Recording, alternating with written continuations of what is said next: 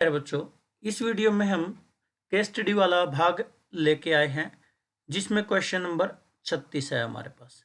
कहता है चंडीगढ़ और कुरुक्षेत्र का प्रतिनिधित्व करने वाले एक बिंदु ए और बी क्रमशः राजमार्ग पर एक दूसरे से लगभग 90 किलोमीटर दूर है। यानी कि कहने का मतलब इसका ये है, अगर मैं यहाँ चंडीगढ़ को ए मान लूँ और कुरुक्षेत्र को बी मान लूँ, तो जो ये जिस राजमार्ग पर है वो 90 किलोमीटर की डिस्टेंस पर है। कहता है एक कार चंडीगढ़ से यानी कि एक कार यहाँ से और दूसरी कार कुरुक्षेत्र से यानी कि बी से एक ही समय पर चलती हैं। ये कार एक ही दिशा में 9 घंटे बाद मिलती है। यानी कि या तो ये कार यहाँ से इधर चले या फिर ये इधर चले, तो हमारे पास एक ही दिशा में 9 घंटे बाद मिलती हैं। अब आगे पढ़िए। यदि ये कारें विपरीत दिशा में जाती हैं तो 9/7 घंटे में मिलती हैं। एक्स और वाई कारें ए बिंदु और बी से शुरू होती हैं। जो एक्स कार की स्पीड है यानी कि चंडीगढ़ वाली गाड़ी की जो स्पीड है उसके बारे में बात करते हैं। तो मान के दे रखा है एक्स कार जो चंडीगढ़ से चलती है की चाल इसने दे रखी है x किलोमीटर पर आवर, और जो वाई कार है जो कहाँ से कुरुक्षेत्र से चलती है, कुरुक्षेत्र यानी कि कुरुक्षेत्र से चलती है, वहाँ से चलती है, तो उसकी स्पीड कितनी है y किलोमीटर प्रति आवर। एक ही दिशा में चल रहे हैं। यानी कि आप देखिए, अगर एक ही दिशा का मतलब है दो व्यक्तियों के बीच में एक गैप है और इसको ये भी इधर ही दौड़ रहा है और ये भी इधर ही दौड़ रहा है, अगर कहीं जाके ये पीछे वाला इसको पकड़ लेता है यानी कि पीछे वाले की स्पीड क्या होगी, ज़्यादा होगी किससे, पहले वाले से, जो भी पहले हुआ। तो इसमें क्या होगा कि जो कार चलेगी हमारे पास, अगर हम इधर मान लेते हैं कि बी कार पहले भागी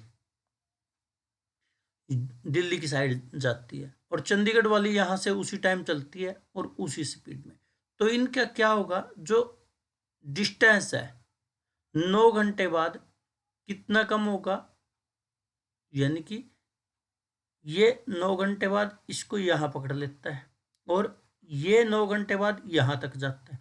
जो इनका 9 घंटे बाद दूरी तय करने का गैप है वो कितना होगा, इन दोनों की वही दूरी तो होगी जो गैप निकाल रही है। तो इसी प्रकार से हमारे पास क्या होगा, एक्स किल कार द्वारा 9 घंटे में तय दूरी कितनी करेगी, 9 घंटे में तय दूरी। देखिए हमारे पास दूरी क्या होती है, चाल गुणा समय। चाल कितनी थी, x किलोमीटर, तो 9x बन जाएगा, इतने किलोमीटर आ जाएगी। और y कार द्वारा 9 घंटे में तय दूरी कितनी होगी, 9y आ जाएगी। अब प्रश्नानुसार क्या होगा, जब कारें एक ही दिशा में हो, दिशा में चले, तो क्या हुआ, 9 घंटे बाद एक कार ने पकड़ लिया। या तो ये कंडीशन ये हो सकती है 9x माइनस 9y बराबर आ जाएगा 90 किलोमीटर, क्योंकि इस कार ने इस कार को पकड़ लिया, तो यह आ जाएगा। या फिर कंडीशन क्या हो सकती है, या तो ये उस साइड चले या फिर क्या हो सकता है, 9y आगे आ जाएगा, 9 x पीछे 90 आ जाएगा। अब इसमें से 9 कॉमन लिया तो क्या आ जाएगा, 9 कॉमन लिया तो क्या बचेगा, x माइनस वाई बराबर है 90। तो ये क्या हो जाएगा, x माइनस वाई बराबर आ जाएगा 10। या तो कंडीशन ये आ सकती है, या y माइनस एक्स बराबर आ जाएगा 10। अब प्रश्न पे चलिए, कहता है इसी आधार पे ये जानकारी दीजिए जब दोनों कारें एक ही दिशा में चलती हैं तो क्या होगा इसका। देखिए, या तो x माइनस 10 होगा या y माइनस 10, ढूंढ लीजिए। x माइनस वाई 10 के बराबर है तो ये आपका आंसर आ जाएगा, क्योंकि y माइनस एक्स नहीं दे रखा। तो इसका मतलब ये दिल्ली की साइड कारों को भेजना पसंद कर रहा है। ये थी पहली कंडीशन। अब दूसरी कंडीशन क्या है, दूसरी कंडीशन है जब वे विपरीत दिशा में चले, कितने घंटे बाद, 9/7। तो x कार द्वारा 9/7 घंटे में तय दूरी, कितनी दूरी करेगा वो, 9/7 x करेगा। इसी तरह y कार कितनी दूरी तय करेगी, 9/7 y करेगी। तो एक दूसरे की ओर जा रहे हैं। देखिए, जैसे आप यहां हो, कुछ दूरी ये चलता है, कुछ दूरी ये चलता है, तो ये दोनों का जोड़ हो जाएगा। जितनी दूरी दोनों मिलके उनके बीच की दूरी तय करते हैं, दोनों मिलके एक दूसरे के बीच की दूरी तय करते हैं। इसका मतलब क्या होगा, 9/7 x प्लस 9/7 y किसके बराबर है, 90 किलोमीटर के बराबर है। क्योंकि दोनों ने गैप किया, यहां से ये इस साइड चला और यहां से ये इस साइड, दोनों यहाँ के कहीं मिल जाते हैं, यहाँ मिलते हैं तो क्या दूरी होगी उन दोनों की मिला के, 90 किलोमीटर पूरी की है। तो 9/7 अंदर क्या रहा, x प्लस वाई और बराबर में 90। जब इसको सोल्व करते हैं तो हमारे पास कंडीशन क्या आती है, x प्लस वाई बराबर 9 से ये कट जाएगा और 10 से 7 की मल्टीप्लाई आ जाएगी, 70 आ जाएगा। दूसरी कंडीशन क्या आ जाएगी, जब इसको हल करते हैं तो x प्लस वाई बराबर 70। तो इसमें देखिए x प्लस वाई बराबर 70, ये हमारा दूसरे का प्रश्न आ जाएगा, आंसर आ जाएगा। अब बात आती है कि x कार की चाल क्या है। तो यहां से x कार की चाल निकालने के लिए हम क्या करेंगे, समीकरण 1 मान लेते हैं, ये 2 मान लेते हैं, तो इन दोनों का जोड़ कर देते हैं। 2x, y से y कट गया, इनका 80 आ गया, तो x का कितना आ गया, 40 आ गया। यानी कि x की जो चाल है वो 40 किलोमीटर प्रति आवर है। अब 40 किलोमीटर को किसी एक में रख दो, समीकरण 1 में, यहां रख देते हैं, तो क्या होगा, 40 प्लस वाई बराबर है 70। तो y का मान कितना होगा, 70 माइनस 40 यानी कि 30। यानी कि y का जो x की गाड़ी की चाल है वो तो 40 किलोमीटर प्रति घंटा है और y की जो 30 किलोमीटर प्रति घंटा है। ये था हमारा पहला प्रश्न जो इस पर आधारित था।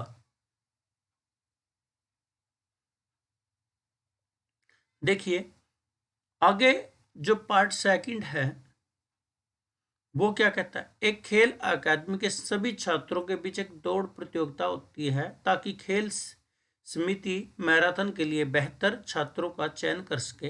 अकादमिक में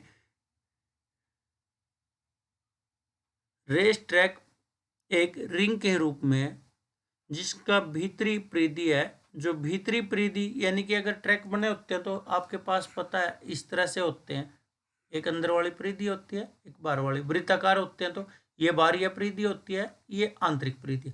आंतरिक परिधि तो कहता है 264 मीटर की है, जो बाहरी परिधि है वो 308 मीटर की है।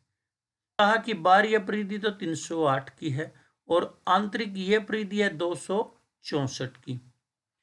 तो उपयुक्त जानकारी के आधार पर निम्नलिखित प्रश्नों के उत्तर देने हैं। देखिए ये वृत्ताकार है तो मान लिया, माना भीतरी वृत्त की त्रिज्या अंदर वाला है, ये केंद्र मान लेते हैं, यहां से यहां तक की दूरी क्या होगी, r मीटर, क्योंकि मीटर में। बाहरी वृत्त की त्रिज्या हम मान लेते हैं बड़ा R, ये यहां से यहां तक की बड़े R की। तो परिधि क्या होती है, परिधि जो हमारे पास होती है वो होती है 2 पाई गुणा त्रिज्या। अब बाहरी परिधि क्या दी है? बाहरी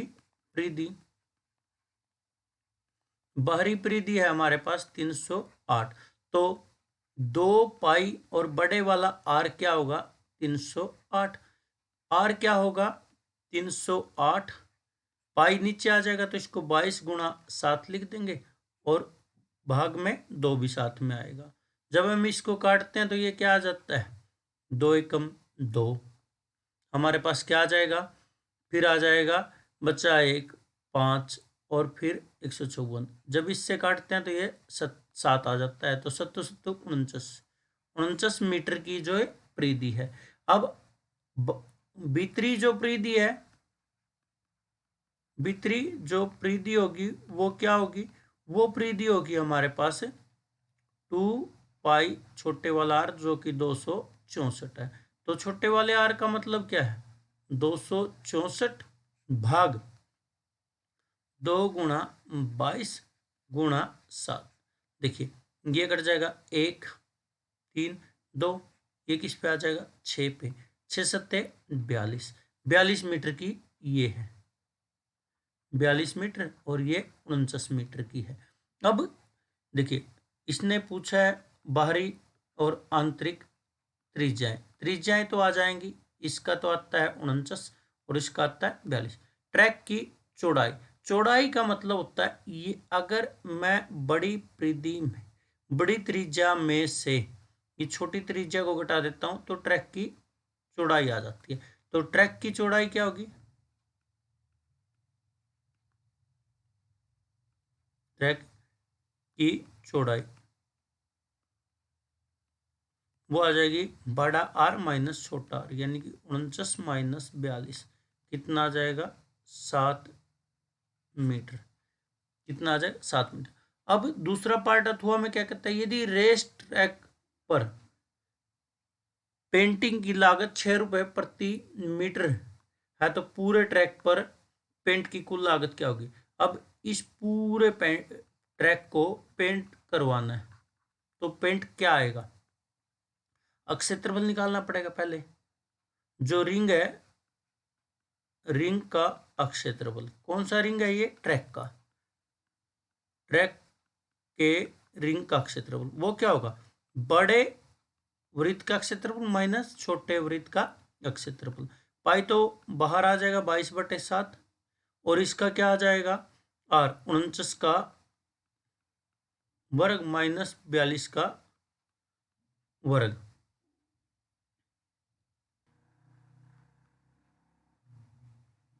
22/7 49 का वर्ग क्या होगा? 2401। और जो 42 का वर्ग क्या आएगा? 1764। जब इनको घटाएंगे तो हमारे पास क्या आ जाएगा?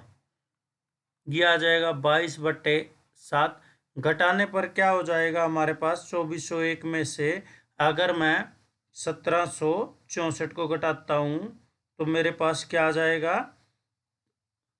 मेरे पास आ जाएगा 637। ये कट जाएगा इस पे 91 पे, और 91 की गुणा 22 से करते हैं तो कितना आता है आंसर? 2002। ये तो आ जाएगा क्षेत्रफल मीटर स्क्वायर। अब लागत क्या है? लागत है 6 रुपए प्रति मीटर स्क्वायर। तो कुल लागत क्या आएगी? कुल लागत आएगी 2002 की 6 से मल्टीप्लाई, यानी कि 12,012 रुपए। इतनी उसकी ट्रैक की लागत आएगी।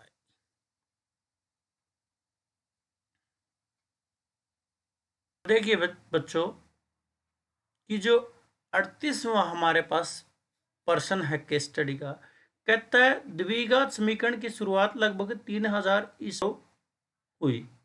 बेबीलोनिया वाले थे जो, उनके बारे में बताता है ये। बेबीलोनियों के साथ वे दुनिया की पहली सभ्यताओं में से एक थे।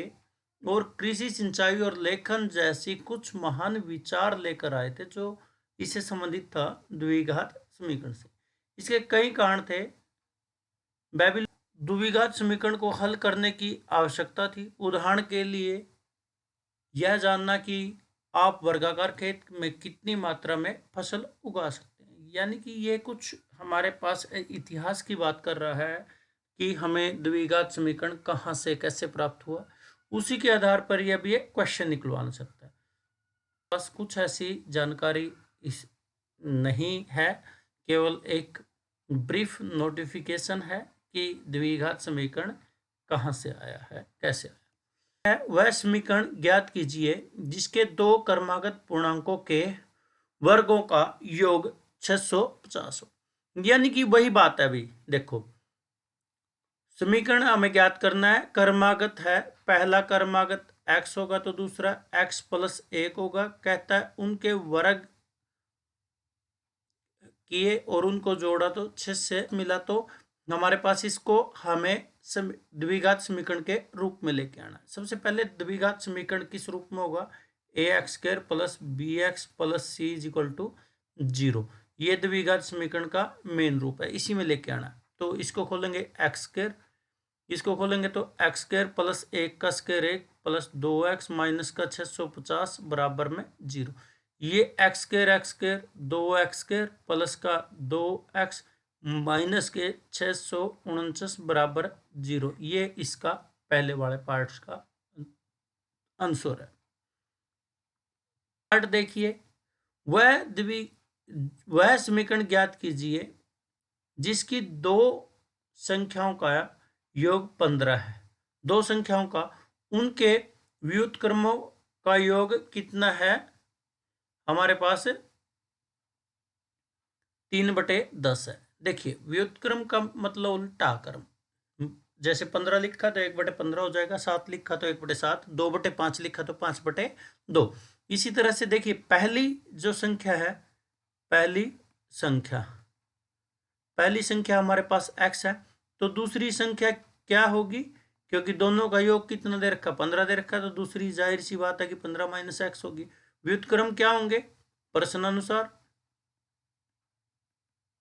क्या होगा? 1/x प्लस 1/15 माइनस x का जो आंसर होगा वो कितना होगा? वो होगा 3/10। अब देखिए, लघुत्तम लेते हैं। लघुत्तम आ गया x गुणा 15 माइनस x। एक की 15 माइनस x के साथ मल्टीप्लाई और एक की x के साथ मल्टीप्लाई बराबर है 3/10। यहाँ से ये कैंसिल आउट, ये आ गया 15 भाग 15 x माइनस का x² बराबर आ जाएगा 3/10। इसको इधर ले आओ, उसको उधर लेके जाओ, तो क्या हो जाएगा? 15 गुणा 10 भाग में 3 बराबर आ जाएगा 15x माइनस का x²। ये आ जाएगा इससे कट के 5, और इन सभी को इकट्ठे कर लो तो क्या आ जाएगा? x² माइनस 15x, और ये आ जाएगा प्लस के 50 बराबर 0। ये हमारा आंसर आ जाता है इस प्रश्न का। पार्ट का पहला भाग क्या कहता है? वह समीकरण ज्ञात कीजिए दो संख्याओं में अंतर 3 है। अंतर 3 का मतलब है पहली x मानी, दूसरी y मानी, तो y माइनस एक्स बराबर 3 है, तो y का मान क्या होगा? 3 प्लस x होगा। तो गुणनफल कितना है? 504 है। यानी कि x और y का गुणनफल कितना है? 504 है। तो y की जगह y का मान रख दीजिए, 3 प्लस x बराबर है 504। इसको गुणा किया तो 3x प्लस x² माइनस 504 बराबर 0।